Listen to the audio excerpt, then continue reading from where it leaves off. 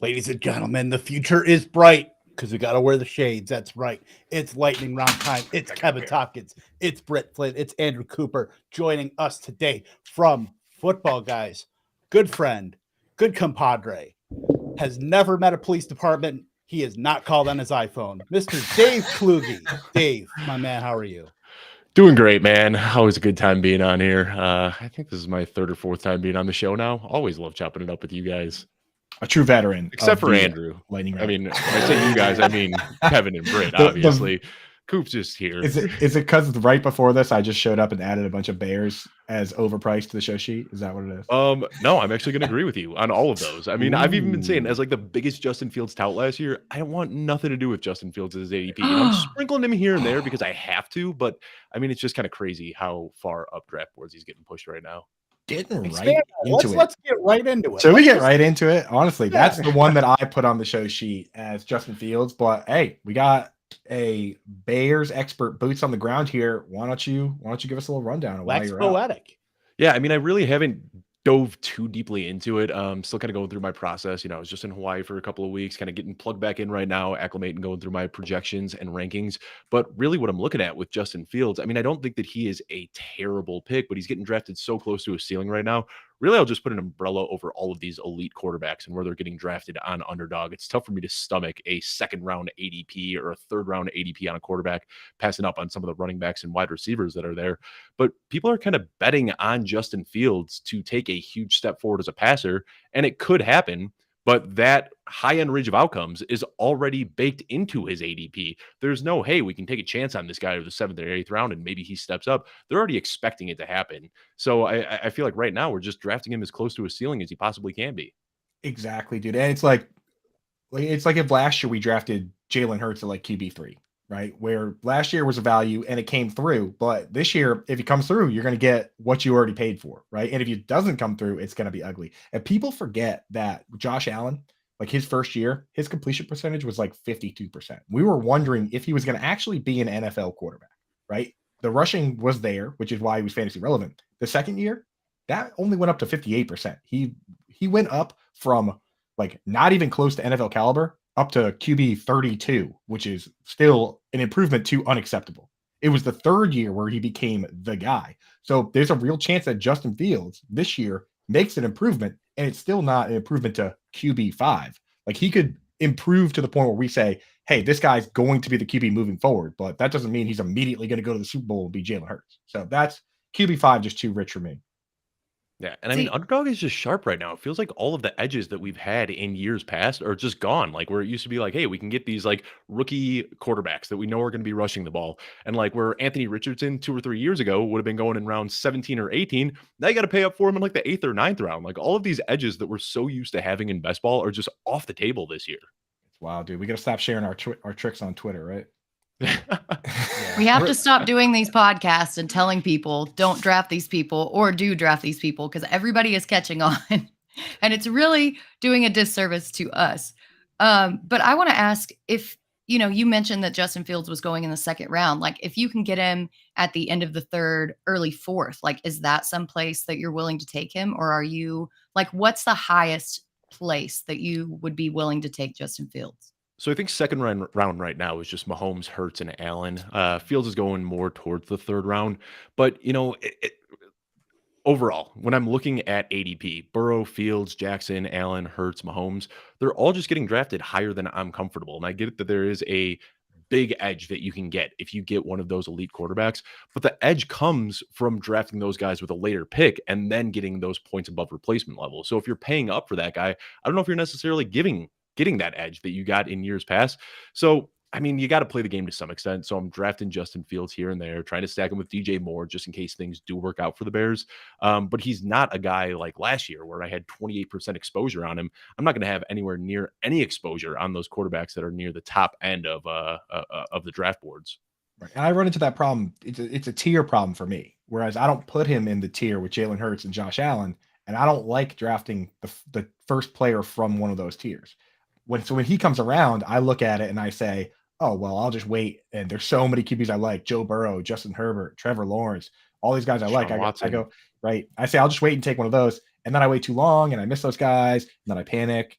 And then I end up with, my QB1 being like Daniel Jones. But that's a different story. But I mean, it's a psychological thing where I can't be the first one to grab someone from that tier. So for me personally, I do take Justin Fields, and it's usually when the Chase or Higgins guy stacks Joe Burrow and skips Justin Fields, and then somebody takes Justin Herbert, and then all of a sudden I say, okay, well, if I can get him at QB7 or QB8, then yeah, I'll dabble. But I'm not taking him at QB5.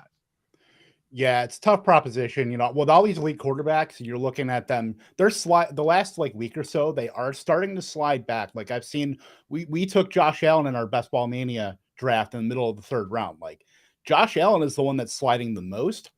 Mahomes and Hurts are sliding into the back end of the second round, but it's still really not a palatable price. When you're looking at a guy like Justin Fields, him and DJ Moore are like lockstep for that 3-4, the 3-4 turn, where if you want that stack, you got to take them both at that pick, or at least, bang, bang. And then Joe Burrow sliding a little bit more, but I think we're going to kind of see these guys slide a little bit more.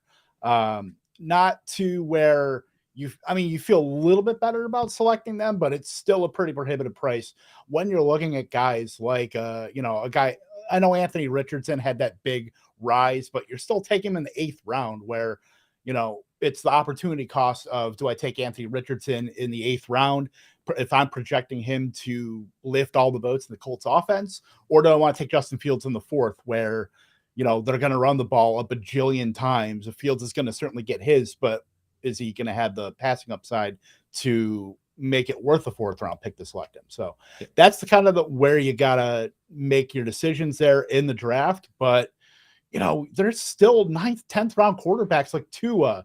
If you believe in Geno Smith, even like Dak Prescott sliding to Deshaun Watson, where, again, opportunity cost. So those just joining us, we jumped right into it. But what we're doing is we're talking about players that we either think are overpriced or underpriced based on current ADP. And for the most part, in these best ball drafts, up until people start taking their second quarterbacks and second tight ends, that really jumbles up ADP. But for the first 5, 6, 7, 8, 9 rounds of this, it's not far off from what you're going to see in redraft. So even if you don't play best ball, it's a good exercise to go through and look at. I see James Grandi in the chat saying, you're 6 minutes into the show already shitting on Daniel Jones. Hello. Yeah. I mean, I forgot he did throw 15 touchdown passes last year and commanded a giant contract. So Daniel Jones, great player. And I will say he might throw for 1 a game this year if he can take that step forward. Huge. That'd be huge. But I will say this, at ADP, I actually don't mind Daniel Jones. Ran for 700 yards. Let's get into some more guys we think are overpriced. Blit. Who you got? Overpriced QB. So this is probably an unpopular opinion after he got that huge contract, but I really think that Lamar Jackson is overpriced. I know that they say that they're going to throw the ball a lot more this season with Todd Monken as offensive coordinator. But if you look at the past few seasons, last year, Lamar finished as QB 13. The year before, he missed a bunch of games and finished as QB 15. Then you look at 2020, he finished as QB 10.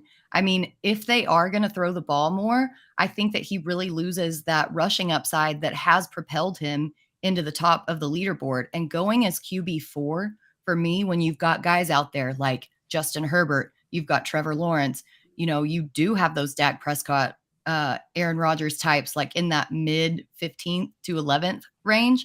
I think that that's just a little bit too high for Lamar Jackson. And I'm not willing to pay that for him in the 3rd round of best ball drafts. What do you think, Kluge? You got the Lamar Jackson shirt over your shoulder. So we got to go to you next on this one. I did see the face. Yeah, it's tough for me to write off Lamar Jackson, and they can say all that they want about, we're going to throw the ball more, we're going to keep him in the pocket. But at the end of the day, it's not design runs that are in the Todd Monken offense. There's still going to be scrambling and there's still going to be rushing opportunities here. I'm taking the over on 750 rushing yards. It might dip a little bit, but he's still going to get his on the ground. He's still going to have those big rushing plays. He's still going to take the ball, when he's near the goal line and running it himself. I think what we're going to see more than anything is an up in tempo, which can mean that he can still maintain his rushing output while also increasing the passing output. It was just, that Greg Roman offense was just so archaic and slow paced and just really put a ceiling on him. It's amazing that he was able to do what he did back in 2019 in that system.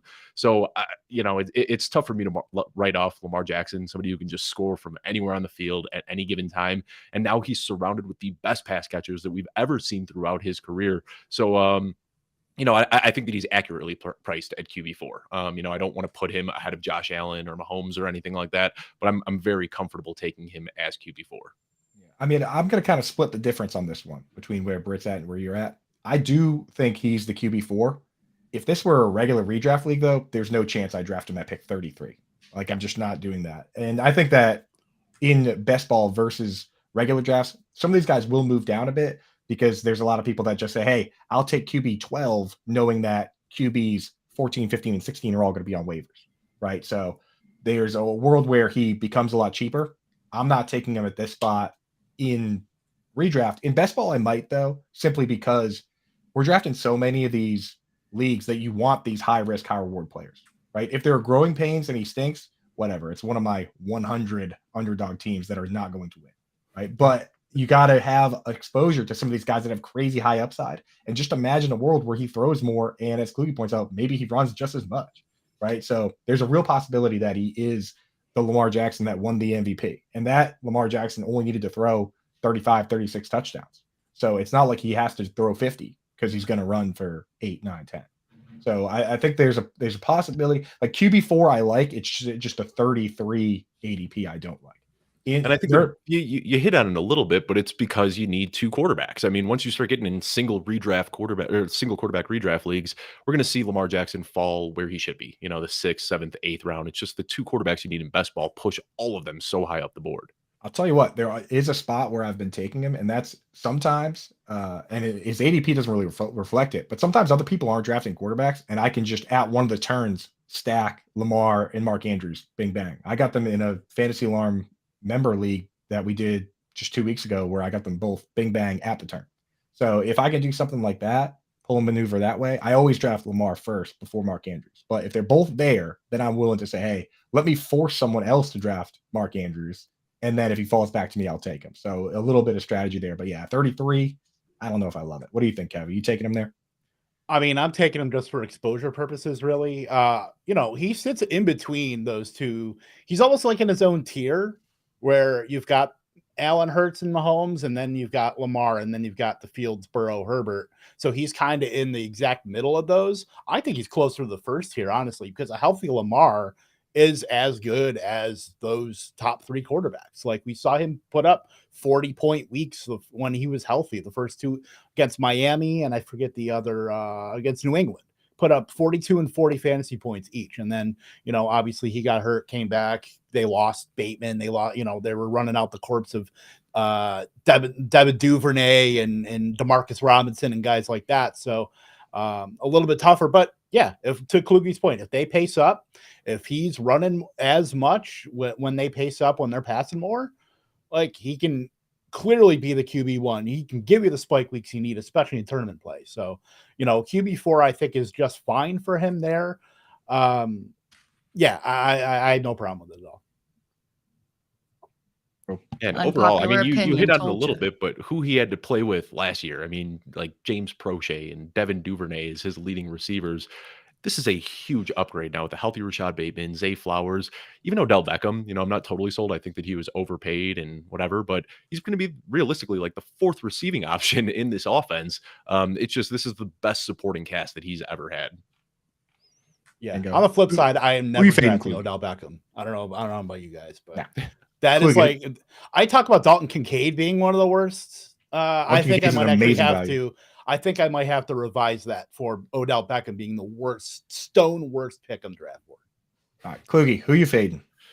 Fading, we talking quarterbacks? Yeah. All right. throw Kirk Cousins out there, and this is more of a game theory fade than it is like I think that he's going to bomb at ADP fade. Because right now he's getting drafted as QB 13 or maybe QB 14. I forget exactly, QB 13, which realistically I think that's probably like exactly where he's going to finish is as a back end QB 1, high end QB 2. I just think that he's getting pushed up the draft board because everybody wants that Justin Jefferson stack so badly that if you you need to play the game to some extent where you need to pair him up with TJ Hawkinson, Justin Jefferson, whoever you're drafting a little bit earlier. But I just don't think that he has that league winning upside. Last year, he finishes the QB7. So everybody sees a QB7 finish last year, QB13 this year. They think that's a value, but he was a QB13 in points per game. He was a QB7 because he stayed healthy for the entire year, but he was getting outscored by Daniel Jones, who we were just kind of cracking jokes about a little bit. He was getting outscored by Tua and Geno Smith and Kyler Murray, Lamar Jackson, who are all, I think much, much better values than Kirk Cousins. The thing is, just without that rushing upside, he has no floor whatsoever and doesn't really have that high of a ceiling. I mean, he only had 1 week that you'd really look at last year that you'd say, like, that was a week winning week from Kirk Cousins. And he had a handful of clunkers that just completely sunk you, where he had that one 2.2 point week. He had another week where he put up 9 points.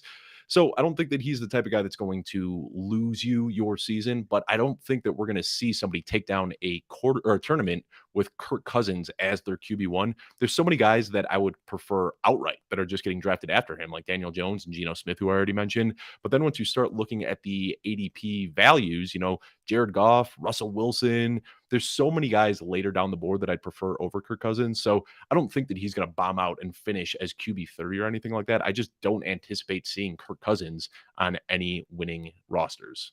Yeah, that's what it is for me. Guy runs for him and Jared Goff both. Like, if they're not going to run for 100 yards, I can't bank on them to have monster weeks. It's like the one game, I think it was the Indy game, right? That Kirk Cousins, they threw like crazy and it was a shootout, 70 something points were scored. You can't bank on that every week, and you can't bank on it to happen 3 times in a row to end the season, which is what you need.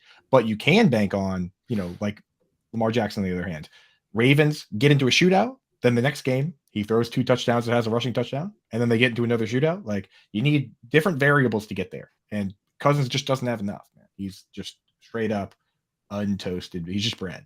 He's bread. And again, we're kind of talking underdog right now, but when we get into redraft, I think he's probably going to be going undrafted in most, a 12-person single QB redraft league. Nobody's going to want Kirk Cousins. The only reason he's getting drafted where he is right now, and I made a tweet kind of joking around about it yesterday, but you want to play that game theory and you want the stack. So if you're paying up with the number 1 overall pick on Justin Jefferson, you want to make sure that you're getting him, and that inherently ends up pushing him to the 8-9 turn, which is a complete overvalue, but you want that stack. So that's why he's getting drafted where he is. And I actually kind of like him in redraft because he's just more consistent, right? But in this, we don't care about consistency at all. I care about monster weeks.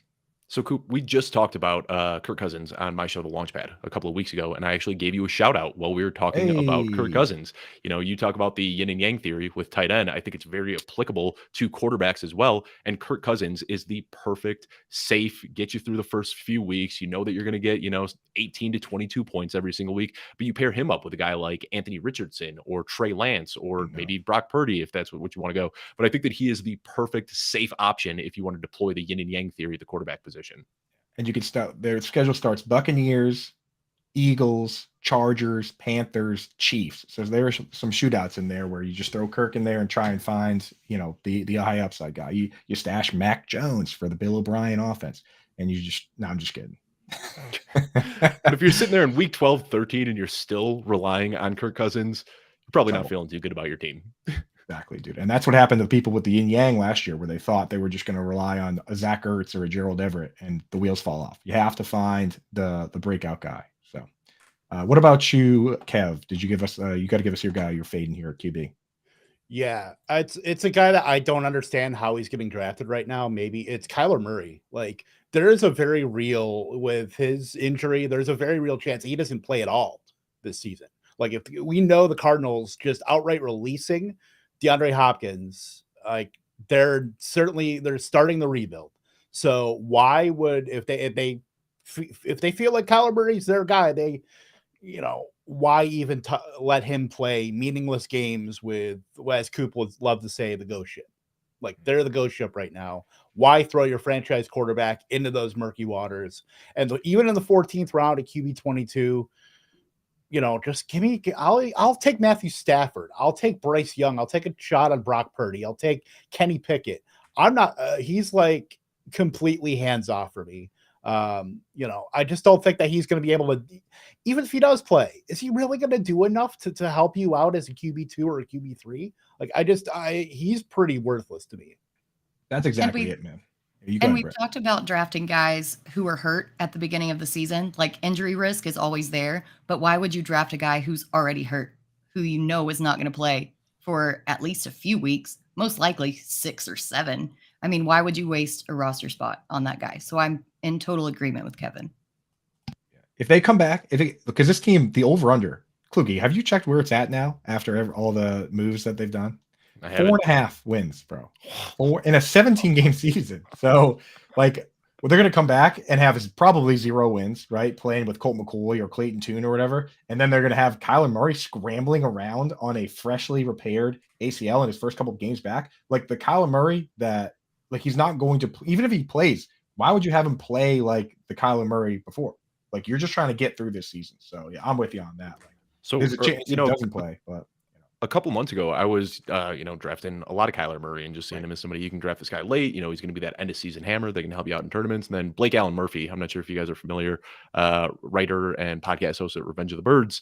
He's pretty tuned into the Cardinals, and he's reached out to me and he was like, stop drafting Kyler Murray. He's probably not playing this year. He's like, there is no reason for them to plug him into a winless team down the stretch. They are going to tank for the number 1 seed, put Kyler Murray on the trade market this offseason, and draft Caleb Williams. So, I mean, there's a realistic shot that you're drafting somebody who just isn't going to play a single game.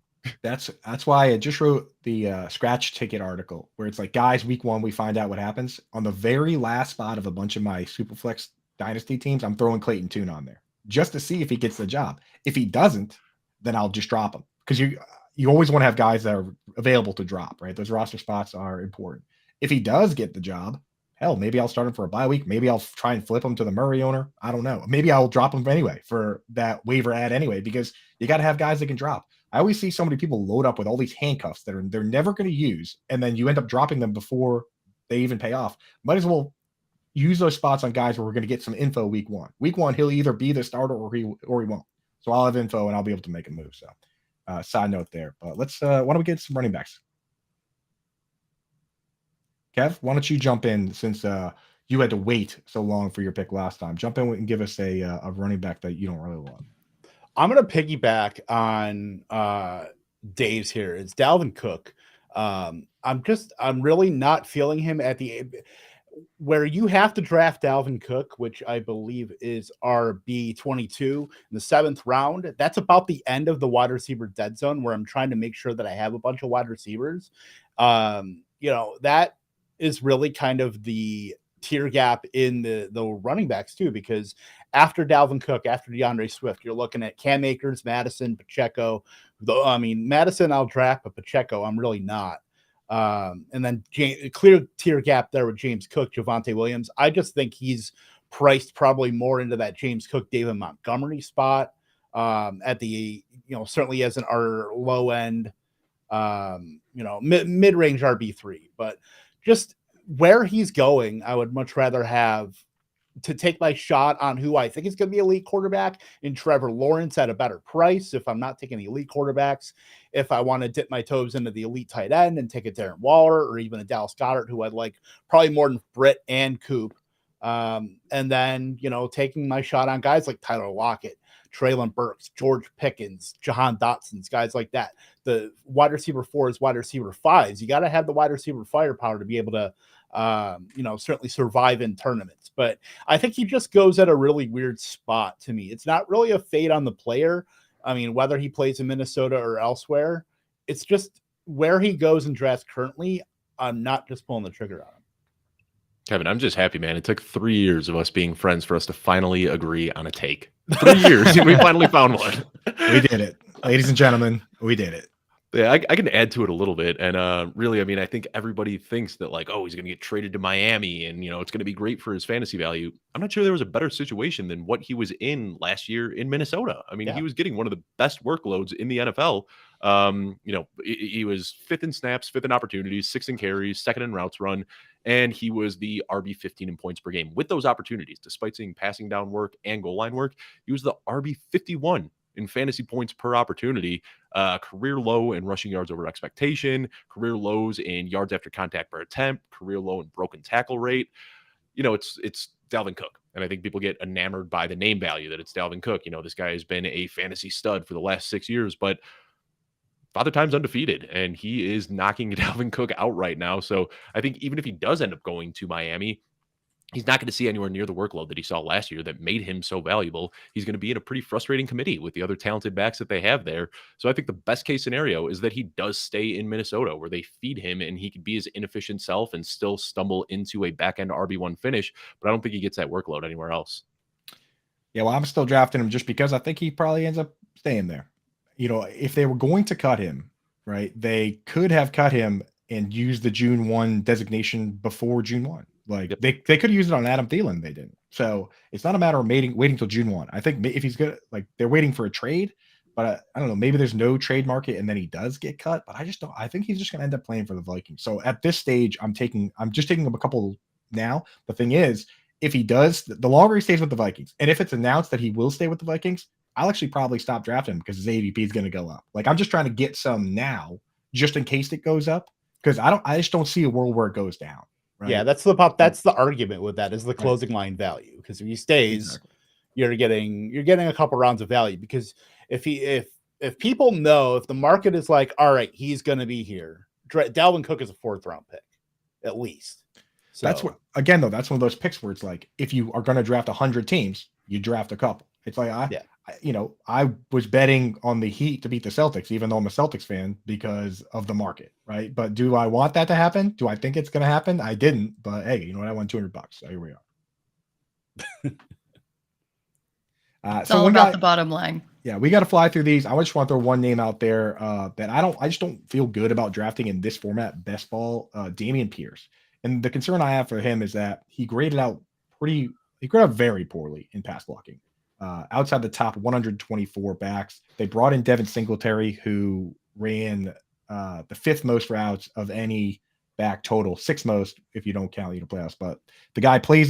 They clearly sat there and said this guy is a good pass down back, right? And when you look at Pro Football Focus grades, and people are like, oh, who cares about those grades, blah, blah. Well, the offensive coordinator for the Texans now worked Bobby Slowick. He worked for Pro Football Focus for 3 years. So I think he's at least familiar and has some respect for those type of grades and that type of analytics.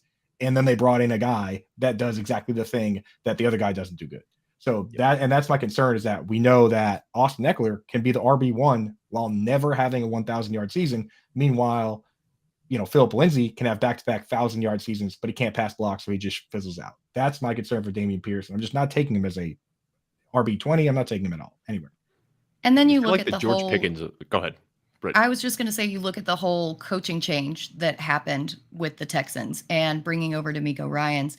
And I am worried about Pierce's pass blocking, but I'm also worried about the fact that Ryans really subscribes to that kind of committee back approach. And they wouldn't have brought Singletary in if they didn't think that he had value. So I think that Pierce's touches dramatically decrease. And I think that everybody's so enamored with how efficient he was after contact last year that they're overlooking the fact that his situation has changed. And that's just what I'm going to tack onto that. So are we going to say he's George Pickens? Yeah. I was going to say he's the George Pickens of running backs. Like, had some fun highlights and people got super excited about him. And when you look at the underlying metrics, there really wasn't anything that marks him as a buy right now, or that somebody we should be drafting. But he had a handful of highlights that people got enamored with, and that's why he's getting drafted where he is. I mean, he did win the Angry Run Award. Exactly. Prestigious award. Yeah. That's the thing about film. Sometimes you have to be careful, is that if I found somebody that had never ever watched football and I showed them a clip of Jerome Simpson doing a front flip into the end zone, they'd be like, that's the best player ever, right? And I'm like, well, not quite, but yeah. So you got to be careful with the highlights. Yeah. Take Devin Singletary 8 rounds later and you'd be good. Show him Davis Mills in the final drive of the 4th quarter, week 18 last year. Yeah, exactly. Yeah. So let's move on to wide receivers. Britt, I know you have about 19 that you hate. Why don't you pick one that you hate the most at ADP? I don't know that I hate them, but the way that let the hate flow through you, Britt. We don't hate I feel players. it. We don't hate players. We hate We hate ADPs, right, Brett? Exactly. And that's what I was going to say. The way that the landscape of best ball and just drafting in general has changed, all of these wide receivers keep getting juiced up. And some of them don't necessarily belong at ADP. I'm going to take one that I think Kev and I both agree on, and that's Devontae Adams. He's going at an ADP of 12.8 at wide receiver 8. Now you've got all these questions that are emerging about Jimmy Garoppolo and his health, and he could be cut, and who could be the quarterback. With Devontae Adams also coming out and basically saying, "Hey, I already did it without Rodgers. Like, I'm good if I don't do shit the rest of the year." That to me is the biggest red flag, that he doesn't have trust in this offense and the offensive firepower of this Raiders team. And I think people are still looking at him like he's still in Green Bay. There's no doubting the talent that he has, but the opportunity and maybe efficiency of that offense, I cannot justify taking him in the end of the first or early second. Kev, since you agree with me, what's your take on this? Like, Smart. just what you talked about with Devontae Adams, like that is like the Denny Carter tweet, personified with the wide receiver, running back, quarter. Anyway, yeah, here's the stat. Jimmy Garoppolo last year had 1 touchdown at 20+ air yards last season. How many touchdowns did Devontae Adams have of 20+ air yards? Any guesses? 6. 9. I was going to say 10. Good Something Lord. has to give here. Something has to give here, and it's probably not Garoppolo going up on that. Like, I think we've seen the best of Devontae Adams. I think right now he is a legacy pick in the first round, where I can make easy claims for Amon-Ra St. Brown, Garrett Wilson, Jonathan Taylor, Saquon Barkley, all those guys. You throw a Nick Chubb in there. I'm a noted Nick Chubb hater. Kangas will like this. But I think he deserves to be in the first round more than Devontae Adams. I think should be going right around wide receiver 12 and that Devonta Smith, Chris Olave kind of territory. I just don't think he's a first round pick. I think, we're talking about with Dalvin Cook, how he has that name value. I think it's kind of the same thing with Devontae Adams, because everything else around him, the surrounding environment, is like red flag city. Yeah, that's it for me. I just don't like him in the first. I don't mind having him. I'll take him if he slides, but I can't. I see him go and pick 11, 10. I'm not doing that. Yeah, and he's still arguably probably the best wide receiver in the league, but it's just like you said, Kevin, it's the situation that he's in right now. I mean, I think that they're going to have to try to change to kind of tailor to Jimmy Garoppolo or Jimmy Garoppolo's inefficiencies, which means that he's going to be getting a lot of slants and screens, and that doesn't bode well to fantasy value. It also puts him in a position where he's likely to get hurt in his age 31 season. So, yeah, just a completely different offense that I don't think works for his skill set whatsoever. I hate to say it, and sorry to the Devy and Dynasty community, but the most talented players don't always score the most fantasy points. It's talent, surrounding talent, scheme, opportunity. It's just you have to find the combo of that, and I just don't think he has the right combo to be worth that pick. Like if you're drafting a redraft team, he'll be in your lineup every single week, right? But this is a totally different beast here. We need monster weeks. Jimmy G is not a monster week quarterback. What do you think, Kluge? Anybody that you look at and you're just like, nah? Yeah, this one's tough for me because Nah. Deebo Samuel is one of my favorite players in the NFL just to watch. I mean, the dude is a dog, but right now he's getting drafted as wide receiver 17. And my first year kind of in the industry, doing full-time football analysis was heading into the 2021 season. I was all in on Deebo Samuel, and I was obnoxiously victory lapping all season when he became, the wide receiver 3 at the end of the year. But I got to be honest, he even blew away my expectations. My whole thesis on Deebo Samuel was he's getting drafted outside of wide receiver 40 right now, and he could probably be like a serviceable wide receiver too. And then he just went beast mode with efficiency that we haven't ever really seen before. I mean, 8 of his touchdowns that year came on the ground. We're not going to see that again. Now, I'm not trying to take an I was right, I was wrong moment, or you were wrong moment, as much as I do love taking those. But this is just me saying that, I love Deebo Samuel, and I can't get behind this. When you look at what he's done over the last couple of years, I tweeted this out as I was, kind of studying up for the show yesterday, is that we have seen 3 years from Deebo Samuel where he's kind of a back-end wide receiver 3. And then we see 1 year where he is an elite wide receiver 1. I think it's pretty obvious to identify the outlier there was that 2021 season. And in that season, The team spent a third-round pick on Trey Sermon, who ended up being a bust. Elijah Mitchell and Jeff Wilson were both hurt, and he got jammed into this weird, bizarre role, the Debo role that we're still talking about years later, which really he only had that role for like 7 or 8 games, and that's what provided elite fantasy output. But now he's got Christian McCaffrey operating in the same exact parts of the field, so he doesn't even have that role that made him such a valuable player anymore, and the splits show it. Last year to start the season without CMC, 16.4 points per game, still way below the numbers that we saw in 2021. And then he had 11.4 per game without him. So now we're looking at a guy going to his year 5 season where he's been a wide receiver 3 or worse for 3 of his 4 seasons and an elite wide receiver 1. I just think that we are, betting on him to bounce back to this elite player, and I just don't see it happening. Kluge, and what you've just illustrated there is the levels of maturity within the fantasy analyst industry. And I include anybody that wants to tweet a take out there on Twitter. You're trying to analyze fantasy football, and there's different layers where like you can see the light bulbs going off. Like it starts when you just get a Twitter account and you only defend your favorite team. Like you're just defending the Patriots. And then you start defending like the players on your fantasy team. Then you start defending the players that you've done the research on, right? Then you get start to get everybody that you hate your favorite team, right? And then then you Kevin Tompkins, you hate your favorite team. All the Packers fans hate you, and then you get to the level that Kluge just illustrated, where you can have a player that you like, that you were right on in a different year, and acknowledge that conditions have changed, and that the ultimate way to be right is not to say I'm the Deebo Samuel guy. I just like Deebo for the rest of my life, and say, hey, you know what? I liked Deebo before. Here's why we don't like him anymore. That's the highest level of military fantasy football thinking right there, Kluge. Wait, Kevin, you might fall out of your chair hearing this, but I actually prefer Brandon Ayuk to Deebo Samuel this year. I was going to ask you that straight up, if you liked Ayuk or Deebo, straight up. I do, and if CMC wasn't in the picture, I'd probably still prefer Deebo over Ayuk. But right now, CMC there just puts such a cap on Deebo's ceiling that Ayuk is the guy, the wide receiver that I prefer outright. And the nice thing is you can get him rounds later. Well, that's a great segue into the tight end that I'm fading at ADP. It's because I went back and I looked at the games where all 4 of Ayuk, Deebo, Christian McCaffrey, and George Kittle played.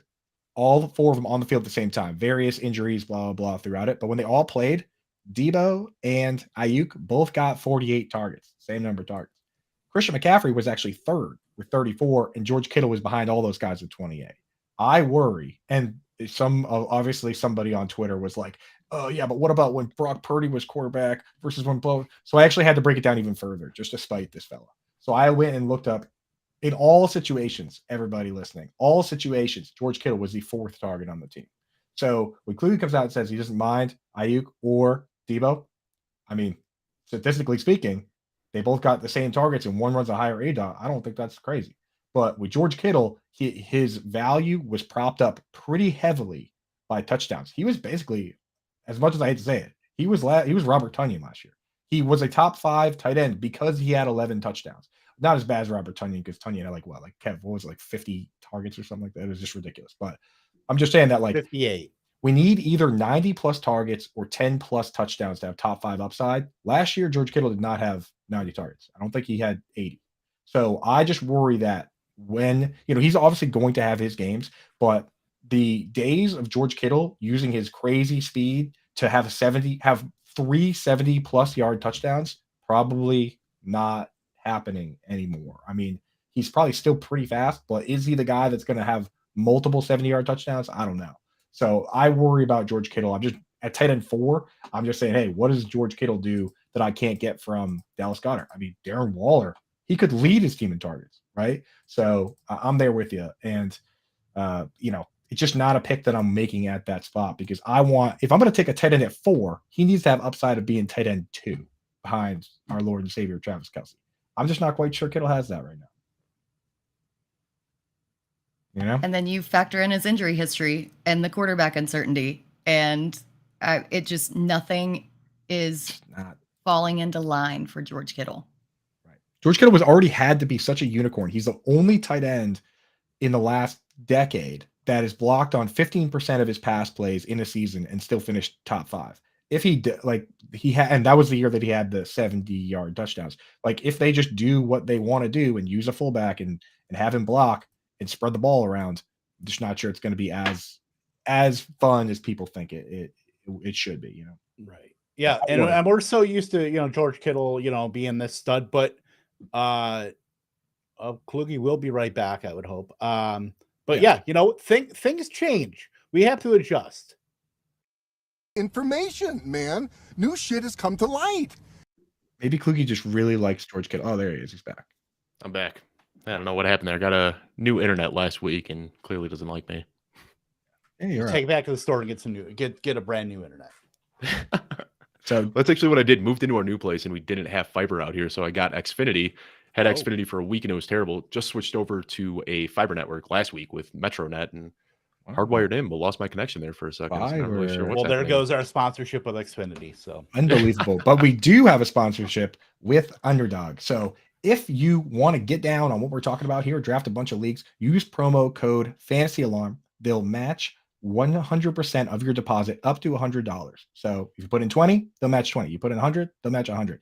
Get in and then become a Fantasy Alarm member, and you can do drafts with us. We're doing one at 7:30 p.m. on Thursday with the great Wyatt Bertalone of JWB Fantasy. It's going to be a blast. So get signed up. Let's go. Get your fiber internet all plugged in. Get it figured out, and let's draft some teams. All right. That's that. And that's enough of George Kittle talk. Britt, this is the one I want to talk about, the player you wrote down here, because this is the one that's like my Deebo Samuel of the Dave Kluge here. This is a player that for me, I've been touting for a long time, but I'm actually with you on this. So tell the people. Yeah, I think that Dallas Goedert is extremely overpriced. Oh, I thought you were going to go with the other guy. I thought you were going to go with Evan Ingram. Oh, well, okay. Well, we'll do that. I put a million Everybody players. catches strays here. I put a million players on here. But yeah, Evan Ingram, Dallas Goedert, they're kind of both in that same situation. There's too much target competition on both of those teams. Evan Ingram did so well last year, but now they're bringing in Calvin Ridley. They brought in Tank Bigsby, who could potentially catch even more targets. I really don't see that target volume going Evan Ingram's way. And as great as he was last year, being drafted as tight end 18 last season, now he's being drafted as tight end 8. Everybody is expecting him to put up the same numbers with Calvin Ridley on the team. There's no freaking way that Ingram sees that target volume, especially that goal line volume, to make it worth his ADP. Tight end 8 is his absolute ceiling. And I think he finishes more as tight end 14. I'm just going to say it. I'll tell you this, Kluge, you were in on Ingram too. Our crew was really pushing that value. Do you have people yet coming at you and saying, hey, when are we drafting? Are we doing Ingram again? And I have to be like, I don't know, dude.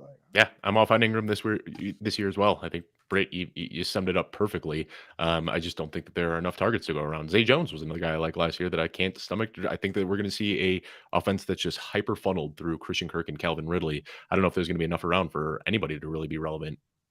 Yeah, it's a matter of this. Like every year, we're looking for the breakout tight end. We're looking for this year's Waller or Mark Andrews or Logan Thomas or whoever. And then the next year, we look and see, did conditions stay the same or get better? For Mark Andrews, we looked at it and it was like, dude, we hit on this guy and he only played 40% of the snaps. And now Hayden Hurst is now he's going to be the full-time big dog. Like we're even more in. With Evan Ingram, we look at it and things got worse. So we're out. I mean, you can't have take lock.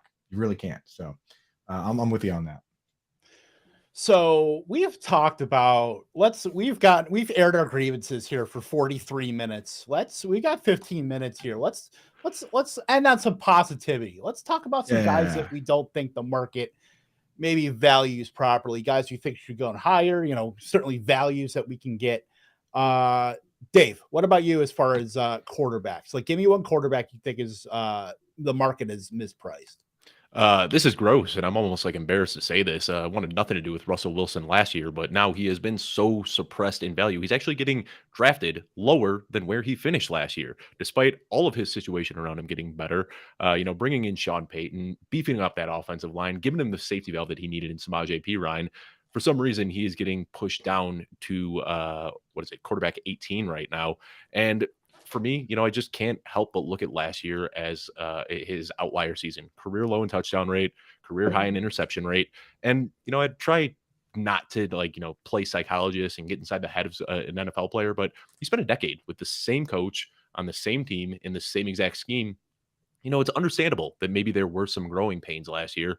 So I think that he's in a prime position to bounce back this year. I mean, looking at what he has done, he had 8 consecutive seasons as a QB1, and 4 of those 8 seasons were top 3 quarterback seasons. So he still possesses a massive upside. We have seen a lot of elite QB1s in their mid 30s. He's only 34 years old. We're not looking at a 39, 40, 41-year-old quarterback who's fallen off the age cliff. He still should have a little bit left in his tank. And with that ironclad contract, I mean, they have no choice but to figure it out. They're not just going to cut him and eat $85 million in dead cap. They have to figure this out. And that's why they traded it for Sean Payton. That's why, like I said, they beefed up the offensive line and brought in Samaje Perine. So I think that he's in a position to succeed. And where he's getting drafted right now, QB 18, as one of your last picks in the draft, even if you miss on him, it's not like it's going to completely ruin your lineup. I mean, it's just he's so underpriced right now that I find myself drafting him nonstop. Right. And we talked about earlier about how sharp some of the ADP is and how sharp the industry is and stuff.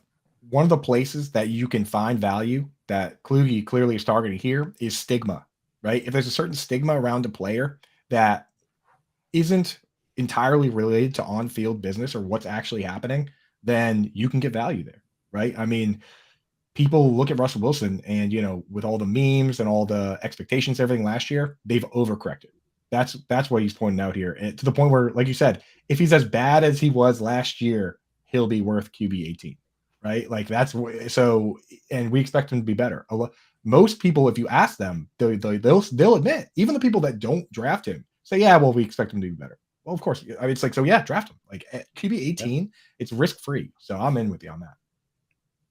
And Sean Payton finished in the top 10 of scoring, top 10, top 12, brain, in 12 of his 15 seasons in New Orleans. He's an offensive guru, and there's no way that Wilson doesn't improve. Yeah, and that's the key there. We've gotten the children out of the room with Nathaniel Hackett and Justin Outen. Now we've got the adults in the room with Sean Payton, Joe Lombardi. They know how to function in offense. They know how to tailor. They've got weapons there, like all around the offense. So, like, yeah, I definitely think it's an overcorrection in the wrong way for Russell Wilson. I mean, he's going right around where Derek Carr are. Those two guys I'm drafting as my QB2 in a lot of leagues. Yeah, I think Russell Wilson I would take him in league with like the Daniel Jones, Geno Smith. I think he should be higher. But yeah, there's I don't think there's any downside at all to draft Russell Wilson as your QB2. And we're looking at the tiniest of small sample sizes here. But once Hackett was fired, Russell Wilson was the QB2 behind Patrick Mahomes to close out the season. And I mean, we're looking at a 3-game put Albert sample O on here, the field. That's the key. They had that timeout. Jerry Rosberg, the timeout king, dude. So yeah, I mean, I'm looking at this. I'll throw one more name out there, and in this format, especially in the Best Ball Mania, is Trey Lance, because we talk about range of outcomes, and in the Best Ball Mania, in these ones, we want to win the whole thing. That's the goal, right? So with these late picks, we're looking for guys that can shoot the moon. If he gets benched or he's a zero, then who cares? You lose. If you go out and draft Sam Howell and he plays every single game, guess what? You're probably still going to lose, because Sam Howell doesn't have the upside that Trey Lance does. A lot of these guys, even Mac Jones, as a Patriots fan, I say he doesn't have the upside that Trey Lance has. If you draft Mac Jones and Mac Jones is quarterback for 17 games, you're probably not going to win $3 million. If you draft Trey Lance and he gets benched, you're not going to win $3 million. The outcome's the same. So you might as well give yourself a shot at upside, which Trey Lance, with that offense, if he wins that job, offers unique upside, right? So I could even go ahead and say that the ADPs for Trey Lance and Brock Purdy, both of them are potentially deflated. They're both decent bets if you're going to draft a million of these teams like I am, because whoever the quarterback for that team is has unique upside, because we like all the weapons. They have arguably the best left tackle in the league. They have the best running back in the league. They have one of the best two-way tight ends in the league. They have the best fullback in the league. I could spend all day. We're talking the very best out of all 32 teams, right? These other guys are in the conversation to be some of the best, right? It's a very unique position. I'll take the guy that has the rushing upside, but yeah, draft them all, dude. Draft Sam Darnold. I don't care. Yeah, that's where I'm probably with that. The guy who won $1 million in the regular season had a spike week from Davis Mills, who started as quarterback. Like, it's not as though you have to take Trey Lance in the 9th or 10th round like you did last year. Like, we talk about the core players, the guy you're drafting in the first 10 rounds that are going to make up the bones of your scoring, and especially in tournaments. Trey Lance, that kind of upside in the 16th round, whether you believe in Brock Purdy, whether you don't, whether you believe in the draft capital they spent on Trey Lance to give him an honest shot, why not? It's 16th round. Who cares? There's 12. Think about that. 12-team league, 18 rounds. That's 216 picks. He's going 187. Most of the guys being picked there are going to do nothing for you. You might as well draft somebody that could do something. And also, you talk about the closing line value, which we were mentioning earlier. What happens when they come out and they say, all right, Trey Lance has taken huge steps forward this year. He's going to be our week 1 starter. Then all of a sudden he's getting drafted in the 6th round and you locked in all your shares in round 18. Exactly. Yeah. So I'm in for it. Let's do some running backs quick. Who's got one they really feel passionate about? I'm passionate about Najee.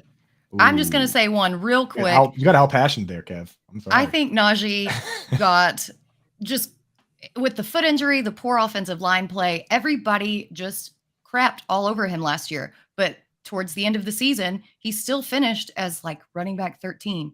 He's being drafted as RB 14 this year. They bulked up that offensive line in the draft with Broderick Jones. They brought in 3 offensive linemen in free agency, and Najee is still one of the very few bell cow backs who can catch targets out of the backfield. He's going to have a huge rebound season. I see another top 5 finish for him, and y'all are sleeping on him. Kevin, do yours, because I didn't mean to outpassion you.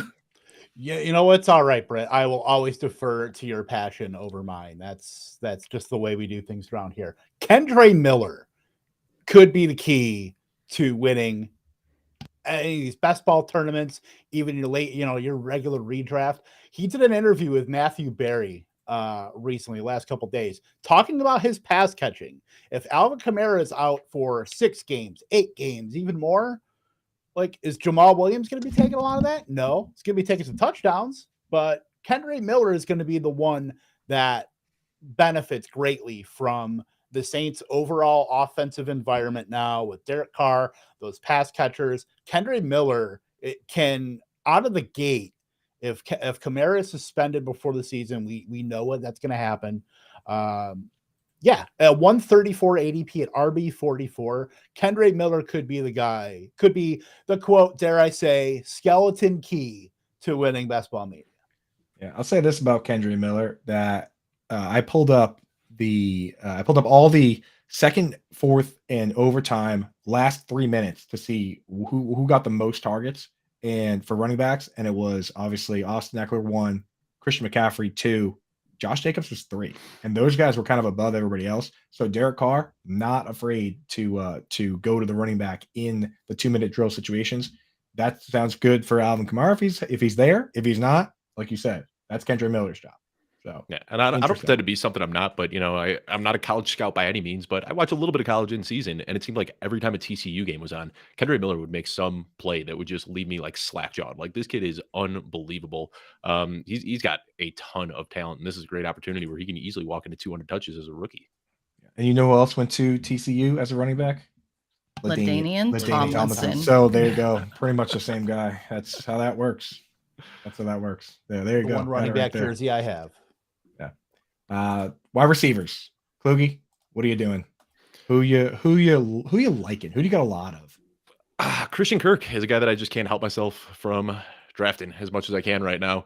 Wide receiver 12 last year, currently getting drafted as the wide receiver 27. And I think that there is this misconception that Calvin Ridley is going to show up and just render him completely useless. And I don't see it happening. I mean, there's a chance that Calvin Ridley does have the higher upside. We had seen it 3 or 4 years ago, but that's also kind of the issue. We haven't seen it in 3 or 4 years. I mean, when he played 2 years ago, he wasn't doing too great and then got hurt, and we didn't see him for the rest of the year. And then he took an entire season off, and now he's with a new quarterback. I have some concerns about Calvin Ridley, but that's not the whole thesis of my Christian Kirk take. The Christian Kirk take is that he played the 3rd most slot snaps out of the slot last year and just kind of developed as the season progressed into Trevor Lawrence's safety blanket. Again, I tweeted about this yesterday while I was kind of doing some digging on Christian Kirk, but he had 28 targets in the 2 playoff games that they played. That's somebody who has very, very good chemistry with the quarterback. So right now, I just can't help myself from taking the discount on Christian Kirk at wide receiver 27. Actually, in my season-long rankings, I have Kirk 2 spots ahead of Ridley right now, which I know is a pretty spicy take, but he just gets targets and finally got his opportunity last year on a new team and set career highs across the board. 5th most red zone targets too. And I actually just wrote an article over at fantasyalarm.com. Make sure this is a free one, but the draft guide's coming out next week. So make sure you're all signed up over there. Use promo code COOP.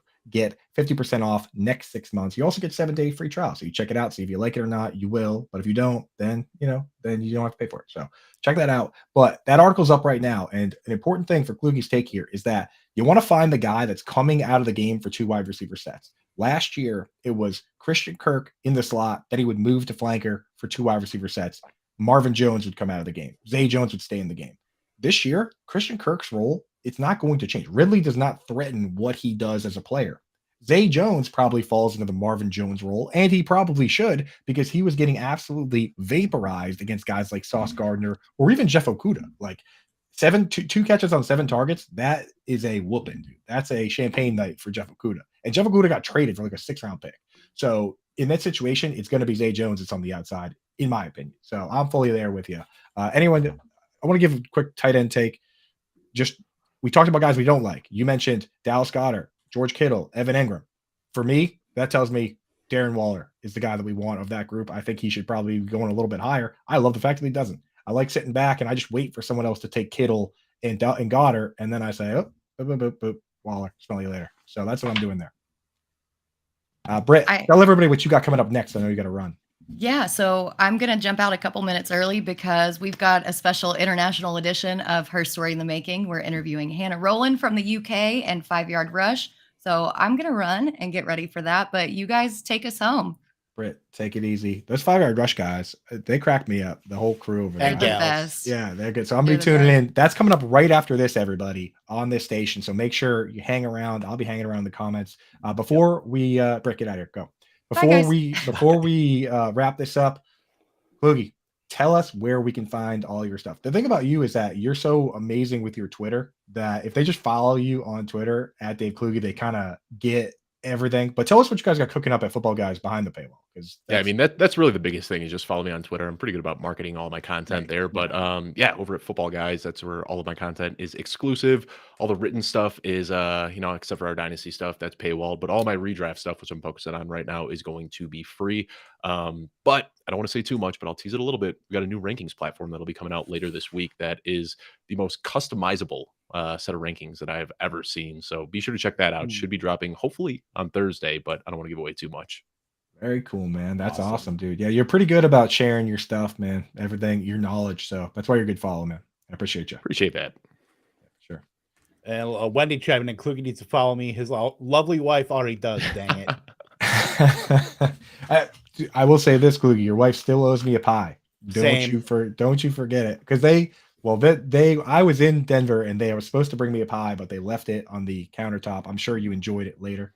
But we did. Literally came home that night. And I was like, I'm not even mad that we forgot to get this. Just smash that pie right out of the pan. Hey, right there. I'm glad you guys enjoyed it. Kev, you got anything coming up? It was a special night for you too. I'm sure you remember that. It was very special. I probably would have forgot about the pie. I'll tell you whatever. Yeah, I got engaged that evening. So, but Kev, tell us what you got going on and take us out, man. Yeah. Oh, I just wanted to say, little birdie told me that I will actually be in Denver in October for the Broncos Packers. So might have to meet up with Dave and maybe grab a pie. Awesome, yeah. Dave. Pie, beer, whatever. Pie. Why not both? I did have beer while I was there. So if I had to pick one of the two, I think you know which way I would go. But anyway, we got to jump off. We got Her Story coming up next with Britt Flynn. So make sure you're hanging on for that. Kev, take us out, man. Yeah, absolutely. The only thing I want to say is I've got best ball tiers coming out this week. I also will be slandering one of the wide receivers we talked about on fantasyalarm.com. So stay tuned for that. I'm excited to get that all out into writing. Coop, we already put that one up. So we are out of here. We will be back next week. Same bad time, same bad channel. Again, Dave, thank you so much for joining us. Always a pleasure, my friend. And for Britt, for Coop, we will see you later. And that's Toodles.